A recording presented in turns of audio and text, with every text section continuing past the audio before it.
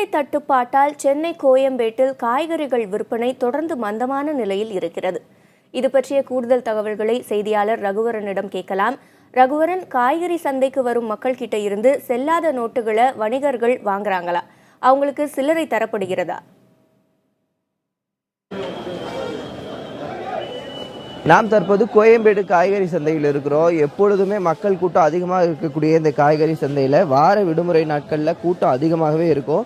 இந்த 500 ரூபாய் மற்றும் 1000 ரூபாய் நோட்டுகள் செல்லாது என்று அறிவிக்கப்பட்டதிலிருந்தே மக்கள் வருகை கம்மியாக இருப்பதாகவும் விற்பனை சரிவடைந்து இருப்பதாகவும் வியாபாரிகள் தெரிவிச்சிருக்கிறாங்க. இந்நிலையில் இங்கே வரக்கூடிய மக்களிடம் வாங்கக்கூடியதுக்கு இந்த வார விடுமுறை நாளில் எப்பொழுதுமே மக்களின் கூட்டம், அதாவது மொத்த வியாபாரத்தை தவிர சில்லறை வியாபாரமும் அதிகமாக இருக்கும். ஆனால் இன்னைக்கு மக்களின் வரத்து குறைவாக இருக்கிறதாக வியாபாரிகள் சொல்லியிருக்கிறாங்க.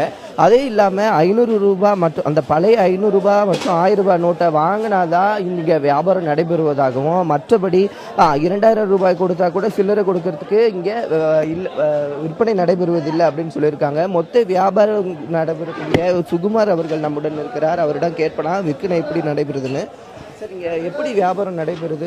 மற்ற நாட்களை விட இப்போ எப்படி குறைவாக இருக்கா, எப்படி இருக்குது? இல்லை, இப்போது இந்த கவர்மெண்ட் இந்த 500 ரூபாய் நோட்டு 1000 ரூபாய் நோட்டு செல்லாதுன்னு அறிவிச்சிருந்து வியாபாரம் மிக மோசமான ஒரு நிலைமையில் இருக்குது. மார்க்கெட்டே ஸ்தம்பித்து போகிற அளவுக்கு சூழ்நிலை தள்ளப்பட்டிருக்கு. இந்த 500 ரூபாய் நோட்டு 1000 ரூபாய் நோட்டு இதனால செல்லாதுன்னு அறிவிச்சதுனால 100 ரூபாய் நோட்டு தான் எல்லாருமே கேட்குறாங்க. இது கோயம்பேடு மார்க்கெட் விவசாயிகளோட சம்மந்தப்பட்ட விஷயம். விவசாயியோட பொருளை தான் இங்கே எல்லாருமே ட்ரேட் பண்ணுறாங்க. எல்லாமே பெரிஷபிள் குட்ஸ், அழுகும் பொருட்கள். அதனால் விவசாயிகள் பெரும்பாலும் செக்கையோ பேங்க் டிரான்ஸ்ஃபரையோ ஆன்லைன் டிரான்ஸ்ஃபரையோ நெஃப்டியோ ஸ்விஃப்டியோ விரும்புறதில்லை. அவங்க ரொக்க பரிமாற்றம் தான் விரும்புகிறாங்க. அந்த ரொக்க பரிமாற்றத்துக்கு இங்கே போதுமான பணப்புழக்கம் இல்லை. இது சென்ட்ரல் கவர்மெண்ட் இந்த பணப்புழக்கத்தை போதுமான அளவுக்கு இன்க்ரீஸ் பண்ணி எல்லாம் 4000 கொடுக்கறத 10,000 ஆக்கி, அக்கௌண்ட்லேருந்து வித்ரா பண்ணுறது 10,000 20,000 ரூபா ஆக்கி அந்த மாதிரி இன்க்ரீஸ் பண்ணால் ஒழிய இது மார்க்கெட் இனிமேட்டு இந்த மாதிரி பழைய மாதிரி கண்டினியூ ஆகிறது ரொம்ப சந்தேகம். இப்போது வார விடுமுறை நாட்களில் மக்கள் கூட்டம் எப்பொழுதும் அதிகமாக இருக்குது. சில்லறை வியாபாரம் கூட, ஏன்னா மக்களும் சில்லறையாக வாங்குவாங்க. அப்படி மக்கள் வருகை எப்படி இருக்குது சார்? இல்லை, மக்கள் வருகை பார்த்தீங்கன்னா இப்போ கிட்டத்தட்ட 60% குறைஞ்சிருக்கு. 40% தான் இருக்காங்க. அதுவும் இன்னைக்காவது கொஞ்சம் இருக்காங்க. நேற்று முந்தானத்து அதுக்கு முன்னாலாம் பார்த்தீங்கன்னாக்கா ஜனங்க வரவே இல்லை. அந்த 500 ரூபாய் 1000 ரூபாய் நோட்டு தான் கையில் வச்சுருக்காங்க. அவங்க சில்லறை மாதிரி தான் வரணும். இங்கே பெரும்பாலும் ஹோல்சேலில் வேணால் ஒரு 50% வாங்குறாங்க 500 ரூபாய் 1000 ரூபாய் நோட்டை. ஆனால் சில்லறை வியாபாரிகள் சுத்தமாக புறக்கணிச்சிட்டாங்க. 100 ரூபாய் நோட்டை தான், 100 ரூபாய் நோட்டை தவிர வேறு எதுவும் அவங்க வாங்க மாட்டேன்றாங்க. இந்த புது 2000 ரூபாய் நோட்டை தான் வாங்குறாங்க. இது மார்க்கெட்டை ஒரு மோசமான சூழ்நிலைக்கு தள்ளப்பட்டிருக்கு.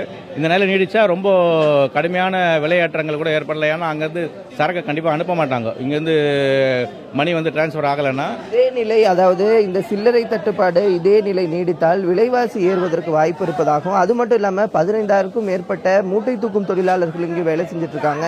அவங்களுக்கு ஊதியம் கொடுக்க கூட இங்கே சில்லறை தட்டுப்பாடு மிக அதிகமாக இருப்பதாக இவர்கள் நம்மிடம் தெரிவித்திருக்கிறார்கள். ரகுவரன், உங்களுடைய தற்போதைய தகவல்களுக்கு நன்றி. நிச்சயமாக இது எந்த அளவிற்கு அத்தியாவசிய பொருட்கள் பார்க்கும் பொழுது பாதிப்பை ஏற்படுத்தும் என்பது புரிகிறது. விவரங்களை சேகரிங்கள். மீண்டும் தகவல்களுக்காக தொடர்பு கொள்கிறோம்.